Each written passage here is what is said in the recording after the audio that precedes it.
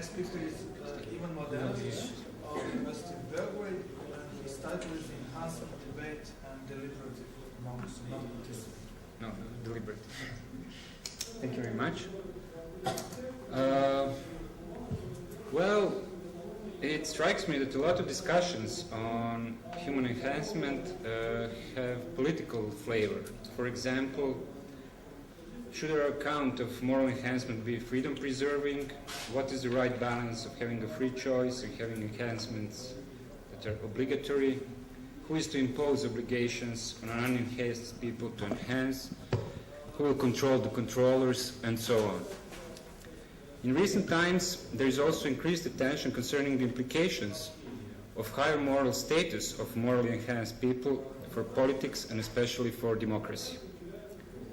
But instead of analyzing political implications of moral, cognitive, and other kinds of bioenhancement, in this talk I shall try to explore whether political philosophy might be of some help for addressing the problems that arise in the enhancement debate.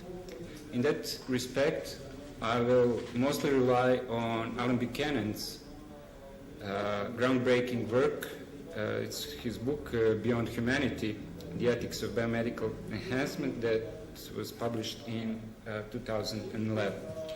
In this book he says, I operate as a political philosopher who recognizes the relevance for ethics of institutional design in the real world. So the idea is that thinking seriously about institutions and institutional design could be of some help when addressing bioethical questions, and especially questions of bioenhancement. If we look again at the aforementioned questions, we could easily realize that they are very similar to one of the basic questions of the political philosophy, that is how it is possible to reconcile our freedom with decisions made by other people that bind us. In other words, what makes these decisions legitimate? So the main question that I want to address in this talk is how can we make decisions on various kinds of enhancements legitimate in the political sense of the term. And this is where the institutional perspective comes in.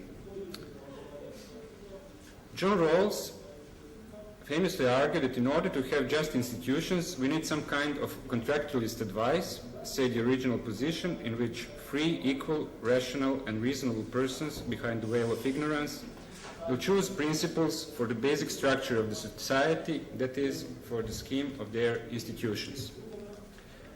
Now, this is obviously highly idealist account, and that is something that even John Rawls realized, and later he corrected himself by adopting a public reason perspective. According to this perspective, given the reasonable pluralism in the real world, we have to figure out what reasons would be acceptable to all real-world parties in order to address the basic questions of justice and constitutional essentials.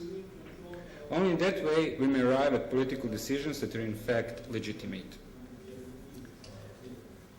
But why should we stop here? Why not address some other questions? Following Rawls' lead, some other philosophers made even that step further. Actually, they claim that instead of the original position device, we should organize decision-making in the existing institutions by approximating as much as possible the conditions of the parties in the Rawlsian contractualist account. The best way to approximate these conditions is by means of deliberative democracy, or so they argue. Deliberative democracy means that we should let people to publicly deliberate prior to decisions that will bind them. The idea is that if the conditions of freedom, equality, and reciprocity, and by the condition of reciprocity I mean giving reasons that are acceptable to all, and also readiness to accept the force of the better argument, so if these conditions obtain, then the binding decision made via public deliberation will be legitimate. Someone might argue that even this idea of deliberative democracy is highly idealized. Some other political philosophers argue that it should be understood as a regulative ideal, which means not something that should be realized in its full capacity, but something that we should approximate as much as possible when designing democratic decision-making in the real-world institutions. So ideally, the participation should be as wide as possible, since we are trying to mirror the position of all parties in the original position or some kind of similar contractualist device. But then we encounter the problem of organizing this large-scale deliberation fora, especially when we look at the global level and try to achieve legitimacy by means of global democracy or global deliberative democracy. Some authors argue that internet, for example, might be of some help to solve these large-scale problems. But in that case, the problem is that we have to sacrifice some of the conditions for the procedure of democratic deliberation. For that reason, the difference was made between formal and non-formal deliberation. Formal deliberation is usually taking place within an institutional framework, in which the conditions of freedom, equality, and reciprocity obtain. Non-formal deliberation is taking place in what Rawls calls background culture of civil society, and it need not be so strictly structured as formal deliberation.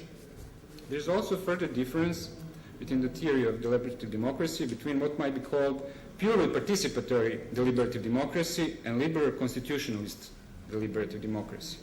According to the first view, deliberative democracy is a community that regulates its own affairs by means of a free and reasoned debate of equals. This trend of deliberative democracy is usually criticized as utopian. On the other hand, the second standpoint presupposes that public deliberation should have an important role in democratic decision-making, but that we also need elections, constitutions, checks and balances, and a host of other things that we usually have in liberal democracies. Of course, this is a more realistic view on deliberative democracy. In this presentation, when talking about deliberative democracy or public deliberation, I will actually mean formal deliberation, and I will also think that the latter form of deliberative democracy that is more realistic should be preferred over purely participatory deliberative democracy. So now, you may wonder what all this has to do with bioethics and especially with the enhancement debate.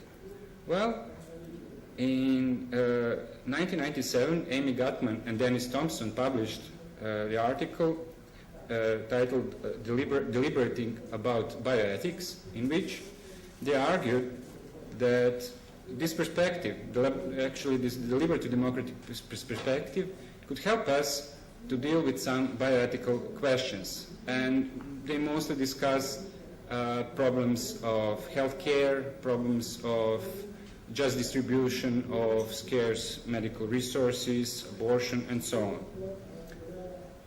They stress four features of deliberative democracy that are especially suitable for dealing with bioethical questions. First, deliberation could promote the legitimacy of collective decisions. Second, deliberation is to encourage public-spirited perspectives on public issues. Third, deliberation would promote mutually respectful decision-making. And finally, deliberation is to help to correct the mistakes that citizens, professionals, and officials inevitably make when they take collective actions. They summarize their position in the following way. If the principles of deliberative democracy were to be more fully realized in the practices of bioethical forums, the decisions the participants reach would be more morally legitimate, public-spirited, mutually respectful, and self-correcting. Deliberation-friendly forums could help reduce our deliberative deficit. By making democracy more deliberative, we stand a better chance of resolving some of our moral disagreements and living with those that will inevitably persist on the terms that all can accept. End of quotation. But at that time,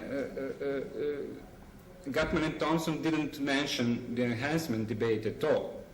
So this is why this book that I mentioned at the beginning of my presentation is so important, because actually Alan Buchanan was the first to suggest that we should introduce institutional perspective in the enhancement debate, and actually one of the crucial components of this institutional perspective is public deliberation. But before indicating the proper role of public deliberation in his account, I will try to situate it in the present enhancement debate.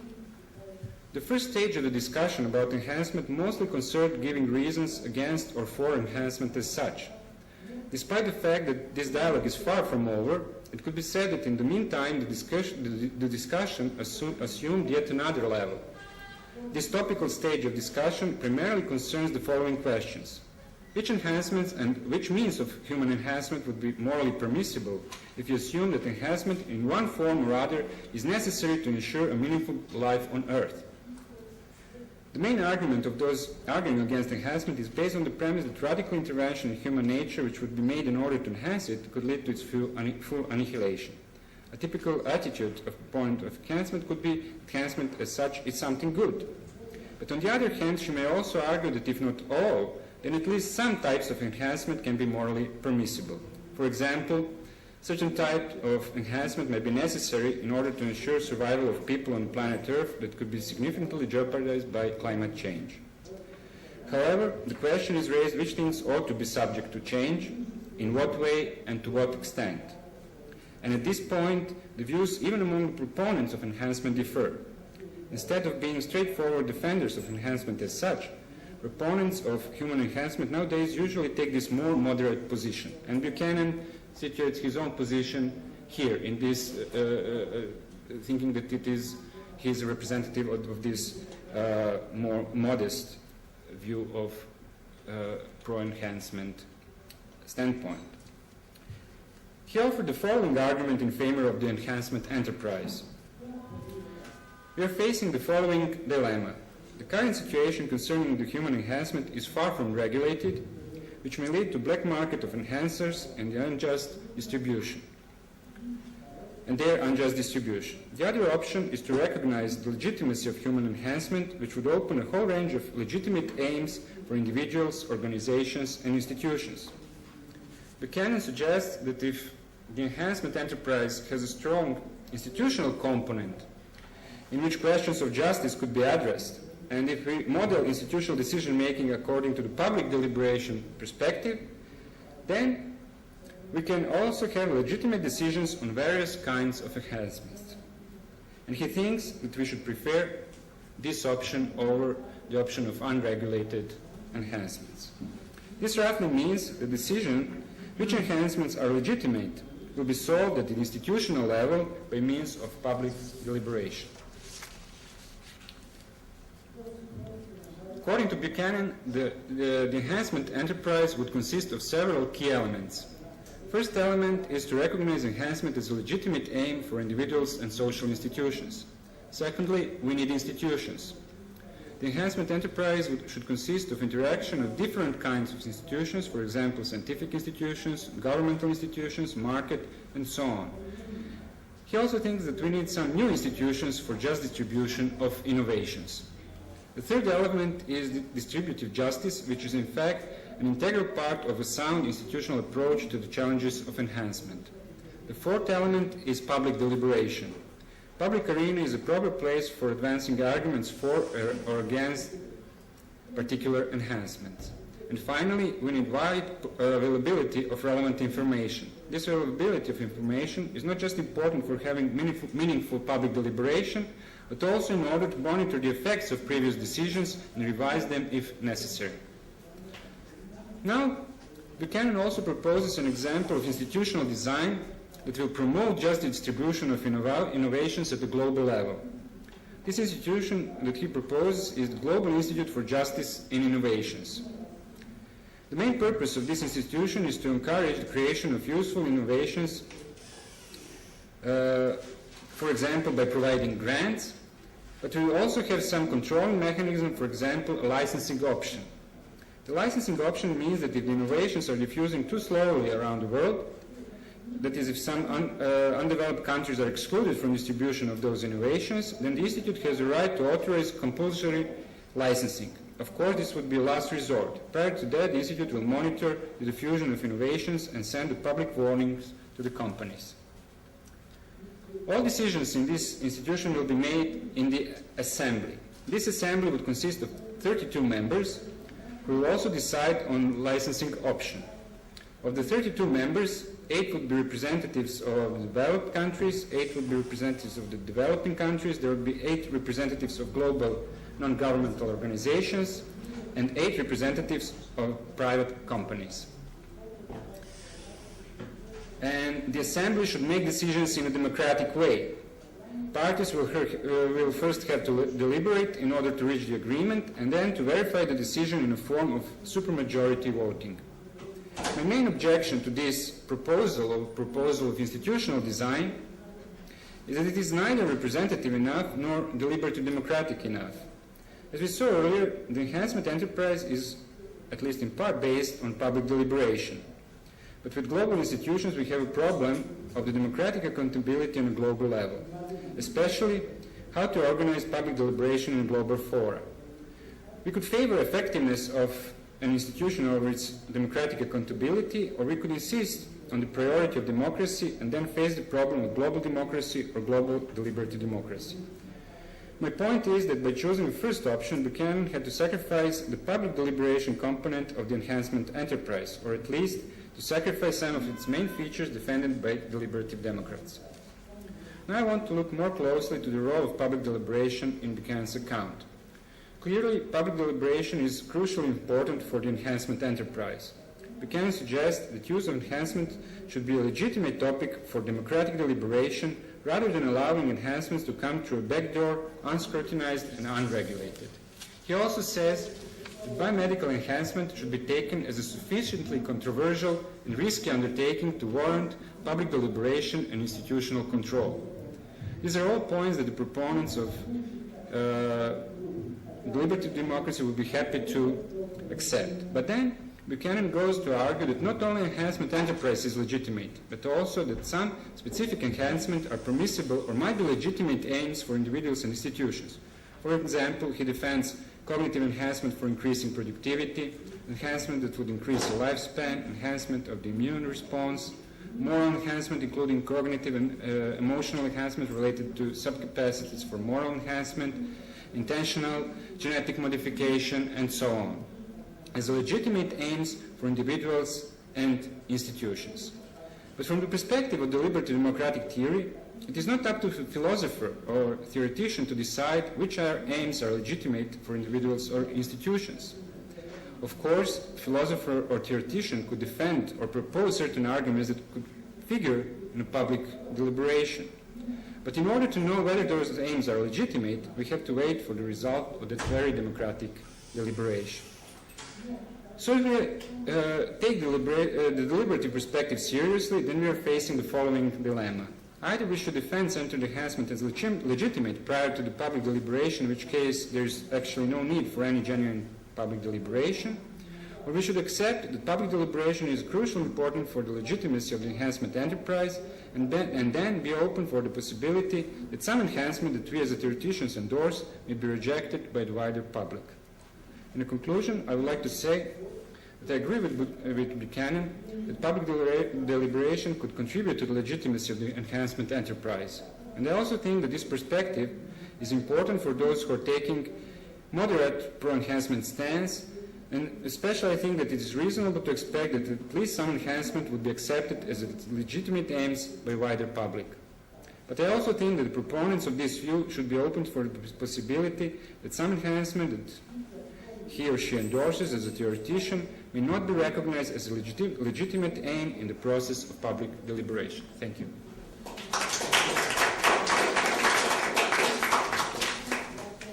The floor is open for questions. Please go on.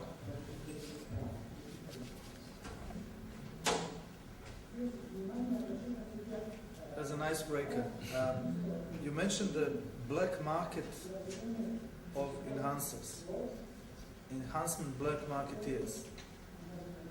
How realistic is that in the context of the prevalent models of enhancement that are being advocated? Do you consider enhancement to be coextensive with the use of certain drugs that you can sell on the black market, or to what extent do you think it's realistically possible to provide black market services in enhancement? Can you just clarify that? Yeah. That's the Buchanan point. That's the way he wants to present the options. One option is to have unregulated unregulated enhancements, in which case it may lead to black markets or something like that, and we could imagine many other scenarios that would say against this option, and then this option that would make the whole enterprise legitimate. So the idea is that it is much better to have this institutional perspective in which, through the public deliberation, we can make decisions on certain enhancement acceptable to all, and so it's just how way of presenting the option. Yeah, so I guess it makes sense that these institutions should be subject to deliberative democracy. But shouldn't also the decision between having an unregulated market and having institutions, shouldn't that be subject to deliberative democracy? So for instance, I can imagine in America, where we are very libertarian in a lot of ways, if it was put up for debate, and the country was kind of decide whether to regulate enhancements or not, even after deliberating and discussing the issues, it might very well be that they decide we're not going to regulate enhancements.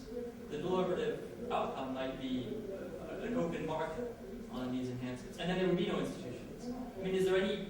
I mean, even on Buchanan's model, there's nothing really to be said against that if that's what the country decides.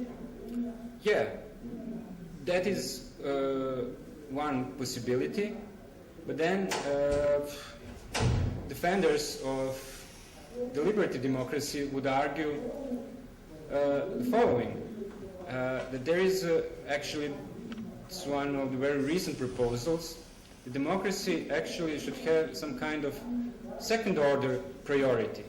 So it means that we could be pragmatists, we could experiment with various institutional solutions, various institutional designs. So, okay, we could, via a deliberative procedure, decide to experiment with market solutions, but then because of this second order priority of democracy, it would not just mean that it means that we could monitor this decision and later also to revise it and to see its effects. So it's not excluded that we could experiment with various and different kinds of institutions within this deliberative perspective. So I think that that could be a kind of answer to your lawyer. But are the second order rules subject also to deliberation and deliberative? Yeah, there is a problem of infinite regress that some authors solve on different ways. Yeah, but that's true. Okay, so one clinic in free market society decide it is just one line experiment. So decide to provide just enhancement. Should the clinic provide just enhancement or may provide also therapeutic enhancement? So, but precondition is that you must choose between enhancement and therapy in the clinic. So if one clinic chooses enhancement, should that gain obligation? Is that choice possible? Yeah, but I'm not sure. I'm interested what you think. So could you please repeat the question? Suppose that you have chosen to decide, will you provide enhancement or will you provide therapeutic treatment in your clinic? Okay. And you get money from the health system for that. What you think, is that fair agreement? Well, according to this perspective that you introduced, it's best thing is to deliberate about the things and then find solutions. For example, when Gutman and Thompson proposed this idea of deliberating about bioethics, their example was how we can promote legitimacy of decisions.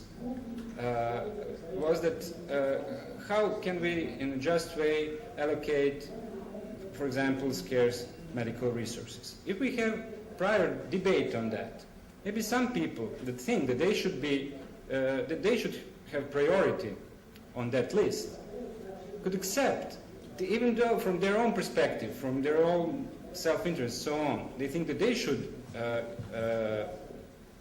get the thing, they could accept reasons for other people being on the top of the list. So even if we don't get what we want, still the decisions might be for us legitimate in a sense that we could accept reasons and that the distribution was made in a just way. So that's the basic idea of this perspective. So how this particular problem that you mentioned would be solved on that level, so I'm not sure, but that's a kind of answer from this perspective. Just a methodological question. What is the difference actually between reflective equilibrium that Rawls proposes and deliberative democracy then? Actually, main point with deliberative democracy is a public deliberation. Okay, and reflective equilibrium would be from the Yeah. So the concept is the same. yeah. Some people argue that even in Rawls' earlier position in theory of justice, although he thinks of parties who are making agreements, even some people think that they are bargaining over principles of justice, he also says that we could only by thinking about this situation figure out what would be appropriate first principles for arranging the institutions of our society. So we don't need actually to publicly deliberate with other people. Okay, any further interventions, questions? If not, let us thank Chris and Ivan.